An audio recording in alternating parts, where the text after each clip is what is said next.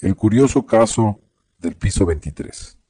Los resultados de una acción, actividad, proyecto, nunca están plenamente garantizados. Las cosas pueden ir mejor o peor, y no siempre resultan como se preveía. En nuestra vida cotidiana tomamos decisiones. Nuestro cerebro discrimina de entre diversas alternativas buscando una decisión adecuada. Esa decisión es la combinación de muchos factores, en los que el riesgo y su antípoda, la rentabilidad, representan los elementos más importantes. Utilicemos un sencillo ejemplo. Supongamos que nos encontramos en el piso 23 de un edificio y nuestro objetivo es llegar a la planta baja para salir del edificio. Partamos por identificar cuál podría ser la rentabilidad, el beneficio o el retorno de nuestra acción. Sencillo, para este caso mediremos la rentabilidad en base al tiempo, es decir, qué tan rápido podemos llegar a la calle. Mientras más pronto lleguemos a la planta baja, seremos más felices. Exploremos algunas alternativas para nuestro objetivo y tratemos de medir la rentabilidad. Primero, la forma más rápida de llegar a la planta baja probablemente sería abrir una ventana y saltar al vacío. Y si alguien nos ayuda a impulsarnos hacia abajo, sería aún mejor. Nuestro retorno sería el más alto posible, medido por unos pocos segundos de nuestro tiempo, y probablemente los últimos. Segundo, una siguiente alternativa en eficiencia para bajar del piso 23 sería utilizar el elevador.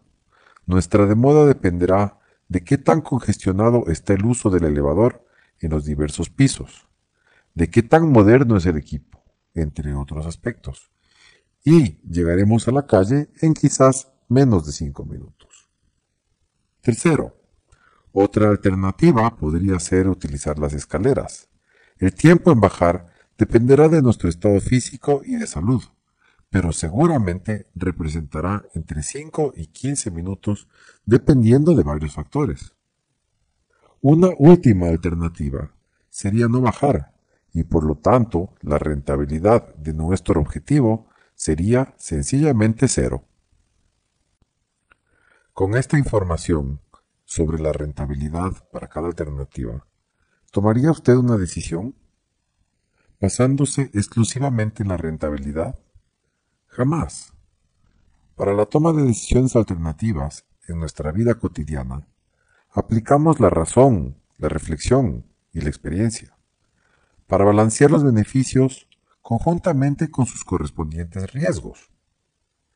En la vida real, nuestro cerebro, de forma automática y sin darnos cuenta, los identifica y valora. Así podemos decidir. Este es uno de los primeros e importantes corolarios del ejemplo, aplicándolo a la vida real profesional en la gestión de riesgos. Y es que las empresas que basan sus decisiones exclusivamente en una visión de beneficios podrían terminar en aprietos y permanentemente haciendo saltos al vacío. Avancemos con nuestro ejemplo para identificar los riesgos en cada caso. Exploremos estos riesgos empezando con las alternativas de atrás para adelante. En el último caso, el número 4, de no hacer nada, no tenemos riesgos, pero recordemos que no cumplimos con nuestro objetivo, es decir, nuestra rentabilidad fue cero. Aplica claramente la lección conocida de que el que no arriesga, no gana. Al bajar por las escaleras, en la alternativa 3, los principales riesgos podrían ser un resbalón o un accidente, que encontremos puertas cerradas o bloqueadas, o que perdamos nuestro camino, sin olvidar el desgaste físico incurrido. En la opción 2, de bajar por el elevador, podría existir un daño. ¿Quién no se ha quedado atascado en un ascensor alguna vez? Puede haber un corte de energía eléctrica e incluso un accidente fatal. Y tampoco olvidemos la innegable incertidumbre de que vayamos en un ascensor de lechero, de esos que paran en cada piso. Finalmente, en la alternativa más rentable, de lanzarnos por la ventana, el riesgo es más que evidente, a menos que seamos el hombre de acero. Pero sabemos que Superman no trabaja en riesgos. ¿Decidimos? ¿Podemos tomar ya una decisión? Al conocer la rentabilidad y haber identificado el riesgo en cada caso. ¿Qué nos falta? Para ser objetivos, falta medir, dimensionar, cuantificar esos riesgos. Un evento de riesgo se cuantifica utilizando dos indicadores fundamentales: la frecuencia o probabilidad de que el evento se concrete y, por otra parte, la magnitud, impacto o incidencia que tendría el evento al producirse. Revisemos nuevamente las alternativas en nuestro ejemplo para el dimensionamiento de los riesgos. En la primera alternativa, de saltar por la ventana, la magnitud del daño es la pérdida de la vida y la probabilidad de que ello suceda, sin mayor duda, sería del 100%.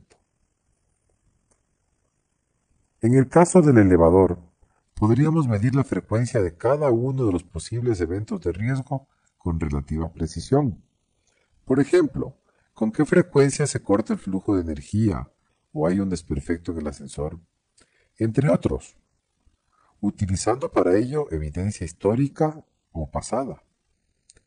Es muy probable que no tengamos mucha idea de estos valores, pero podríamos recurrir a expertos que sí lo tengan, como el fabricante de los aparatos o en la administración del edificio. Asimismo, podemos dimensionar la magnitud del daño causado por estos eventos o problemas, como podría ser la pérdida de tiempo, los gastos médicos por un accidente, la angustia de un encierro en el ascensor. ¿Qué tal si somos claustrofóbicos? Al bajar por las escaleras, podemos aplicar el mismo procedimiento de análisis. ¿Con qué frecuencia hay accidentes en las escaleras? ¿Y cuál es el tamaño del impacto de los mismos? En el último caso, de no hacer nada, la medición es innecesaria, pues los riesgos sabemos que son cero. Ya sabemos, para cada alternativa, la rentabilidad o beneficio y conocemos cada uno de los riesgos y los hemos medido en base a su probabilidad e incidencia. ¿Cómo decidimos? Necesitamos un punto de referencia para saber qué combinación de riesgo y retorno es aceptable para nuestros valores interiores. Por ejemplo, hay personas que prefieren las escaleras antes que subir en un elevador muy antiguo. ¿Alguien en sano juicio podría plantearnos que nos lancemos por la ventana? Ese punto de referencia al que nos referimos es lo que se conoce en el ámbito de la gestión de riesgos como el grado de tolerancia o apetito por riesgo. Esto lo define, en el caso del ejemplo, las preferencias, expectativas, miedos, experiencias y hasta sentimientos de cada persona.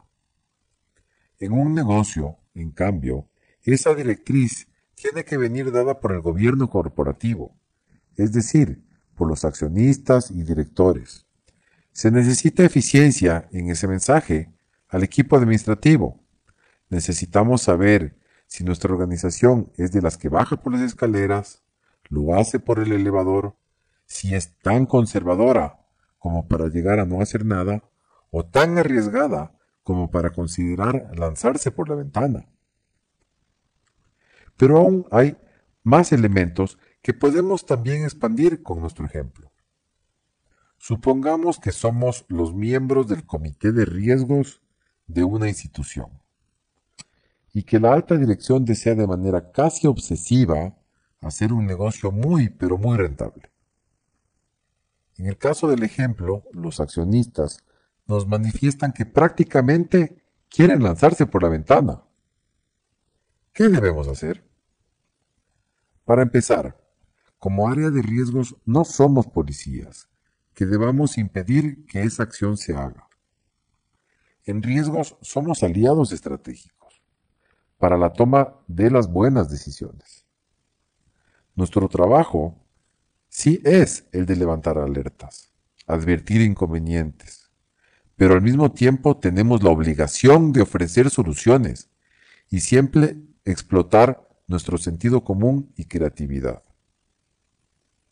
Aplicándolo al caso del piso 23, si queremos mitigar el impacto que genera la muerte, y siempre usando un poco de las metáforas y pretender llegar a un humor negro, una alternativa es mitigarlo con un seguro de vida, por ejemplo.